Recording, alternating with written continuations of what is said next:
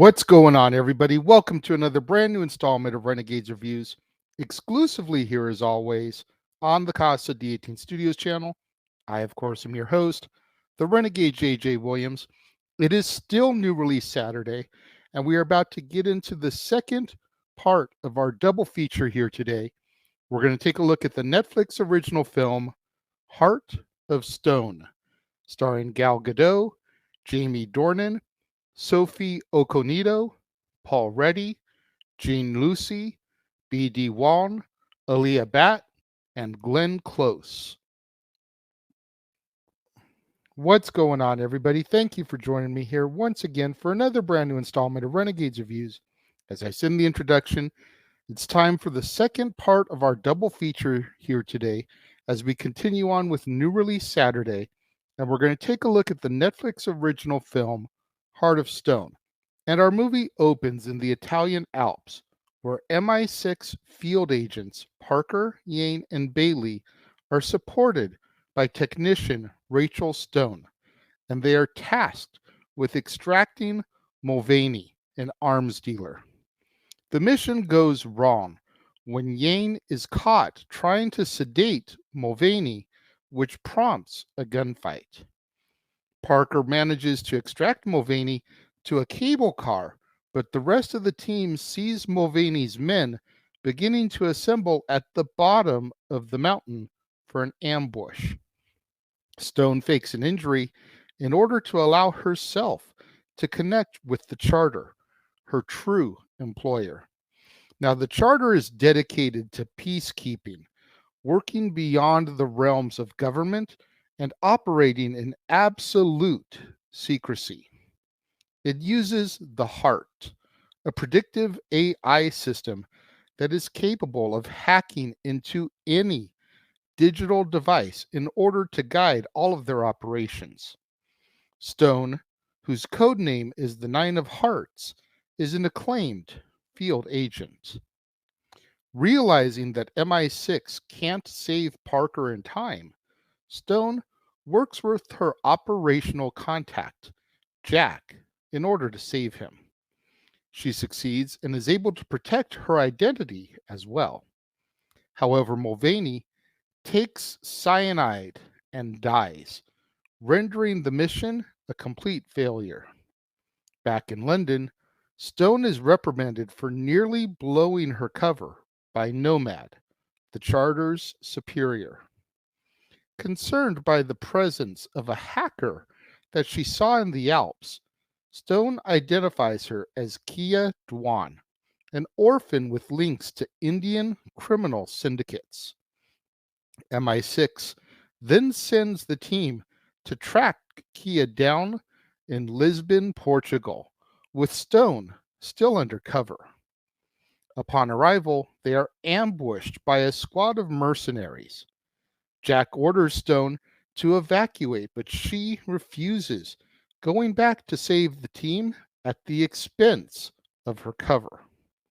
After they escape, Stone reveals that she is a Charter agent. Parker murders Yane and Bailey, exposing himself as a double agent who is working with Kia. He admits to covertly murdering Mulvaney as part of his overall mission in order to find the Heart. Parker paralyzes Stone with poison before implanting a device within her to act as a Trojan horse in order to infiltrate the Charter systems. When Stone is recovered and taken to Charter HQ, the device begins to breach security. Stone manages to rip out the device, stopping the hack in progress. However, because of the circumstances, Nomad suspends Stone from duty. Nomad is one of 4 kings who leads the Charter, and she meets with the other 3 kings in order to discuss Parker. Now, Parker is seeking revenge because of an MI6 operation in the Czech Republic that occurred 8 years prior, where he was inadvertently left for dead after the Charter destroyed a weapons cache. Having learned from the hack that the Heart's command system is located in an airship high above Western Africa, Parker and Kea fly to the ship. Stone intercepts them, but is unable to stop them from seizing control of the Heart and destroying the airship. Stone manages to separate Kea from Parker, and the two fall into the Senegal desert. Stone learns that the Heart can only now be unlocked by using Kea's biometric data. Local thugs working for Parker ambush them, forcing Stone to escape. The Six of Hearts then rescues Stone and flies her to Iceland, where Parker has activated the Heart. Parker then uses the Heart in order to assassinate the Kings of Diamonds and Clubs, and to trap Nomad, Jack, and the London agents in their bunker to suffocate. These actions horrify Kea as Parker shows a complete disregard for the collateral damage. Kea, realizing that Parker is power hungry and no better than those that she wants to bring to justice, decides to ally herself with Stone by shutting down the Heart and revealing Parker's location. Stone kills the blonde, Parker's lead henchman, and arrives just in time. Parker takes Kea hostage and tries to force her to reactivate the Heart. Stone confronts him, and after a brutal fight, Stone shoots Parker dead. Kea saves Nomad, Jack, and the bunker team by restoring the Heart, and 4 weeks later, Stone is on another mission, joined by her new team members, Kea and Jack, as our movie comes to its close. This was a fun espionage spy movie, very much in the vein of a Mission Impossible or a James Bond type of thing. I even think I read somewhere in an interview that they want this to become a Mission Impossible style franchise for Gal Gadot. And I can kind of see it based on the screenwriting and the story and, just the entire mission in general. I can see it as a Mission Impossible style thing. I mean, hell, MI6. But I don't know. I think that if this is going to really get off the ground, it needs to get beyond Netflix. Because as good as the story was, as good as the action was, there were some spots and some moments in the movie that just kind of drug. And I feel like if we chopped a good 10 to 15 minutes out of this, it would have been so much better. There was definitely some low points in the movie that I didn't think needed to be there, that I wish hadn't been there, that just caused me to lose some interest, if we're being completely honest. There were some times when my focus left the movie and went back to my computer. And I could still hear what was going on because it was just dialogue scenes. It wasn't like major action where you had to pay attention. But the fact that my interest was getting diverted is not a good sign. I feel like there's definitely room here for a franchise. I see what they were trying to do. I see what they want to do. I see what they can do. I see the potential. I just don't think they fully tapped into it with the first movie. And hopefully that won't hinder them going forward. Hopefully they can get beyond that to where this still can be a franchise. But if it doesn't end up panning out, I'll completely understand why. When it comes to my rating for this, I'm going to give Heart of Stone 3 stars just for the potential and for what did captivate me was good. But again, if there's going to be future sequels, if this is going to turn into a Mission Impossible-esque franchise for Gal Gadot, they need to work on their pacing.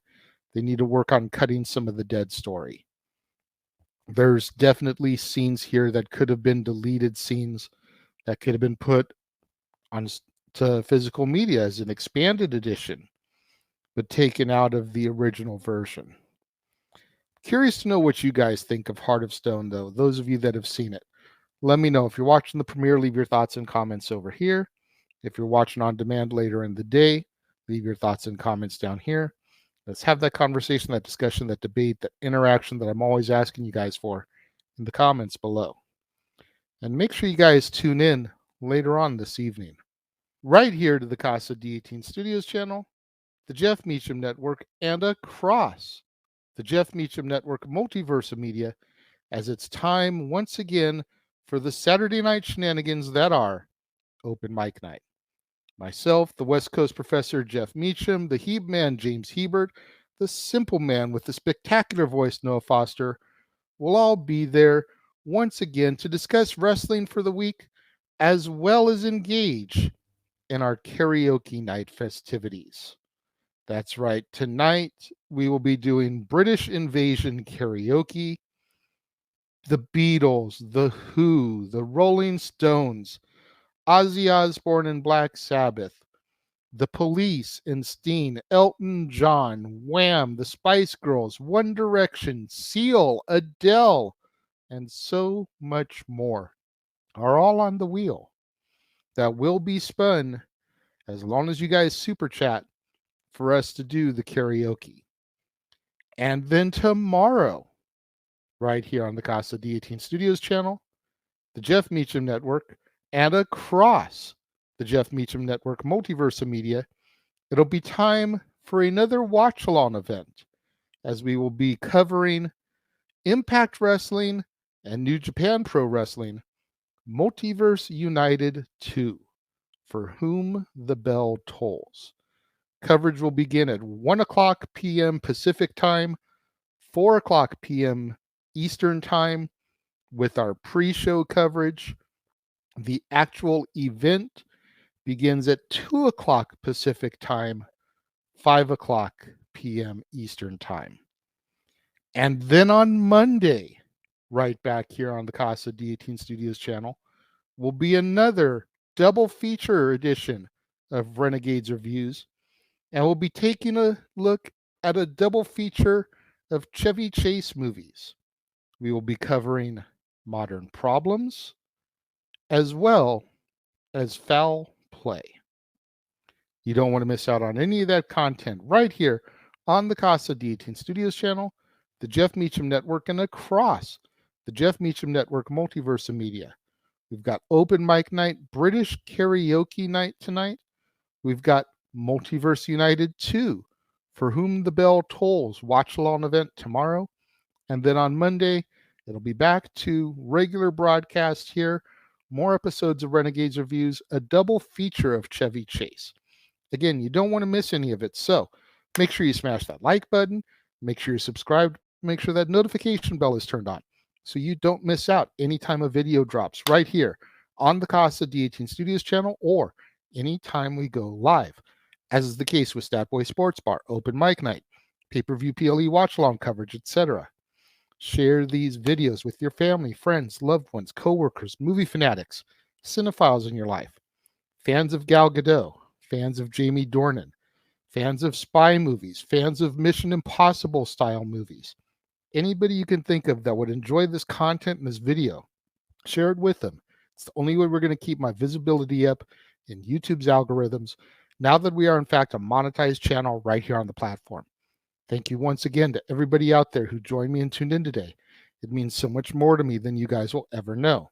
And I will see you guys next time.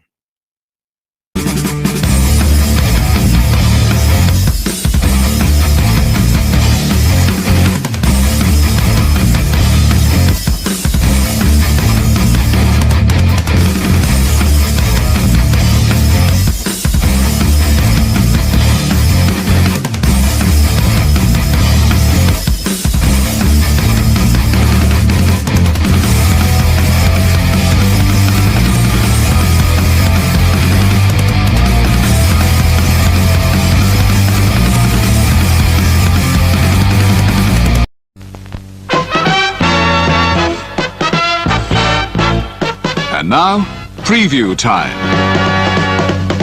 So let's take a look at what's coming your way.